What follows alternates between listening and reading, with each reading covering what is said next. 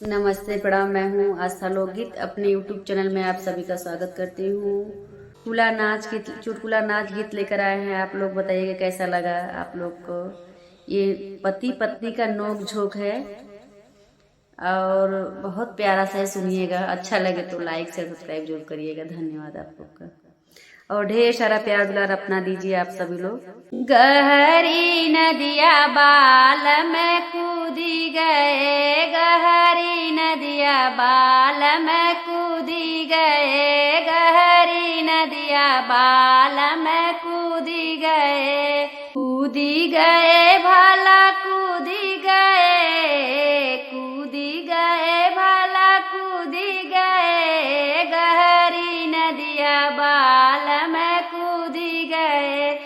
गहरी नदिया बाल में कूदी गए, गहरी नदिया बाल में कूदी गए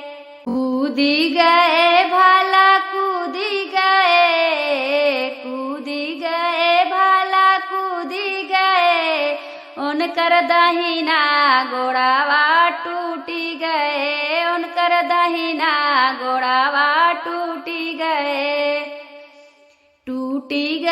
भला टूटी गए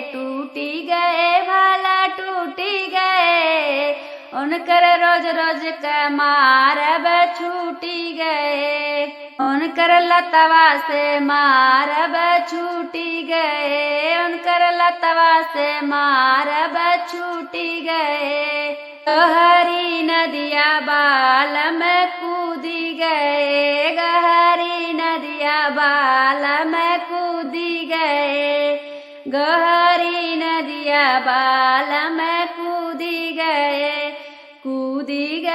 भला कूदी गए भला कूदी गए, उनकर दहिना हथवा टूटी गए, उनकर दहिना हथवा टूटी गए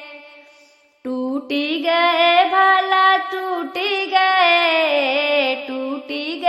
भला टूटी गए, उनकर रोज रोज का मारब छूटी गए, उनकर रोज रोज का मारब छूटी गए, गहरी नदिया बाल में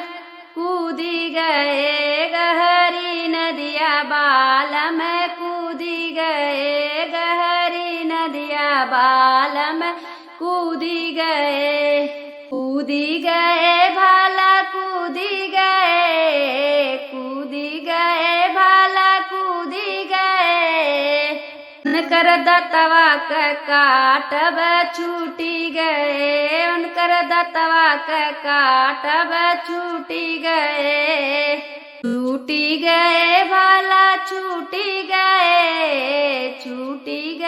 भला छूटी गए, उनकर गलवा के काटब छूटी गए, उनकर गलवा के काटब छूटी गए, गहरी नदिया बाल में कूदी गए, गहरी नदिया बाल में कूदी गए, गहरी नदिया बाल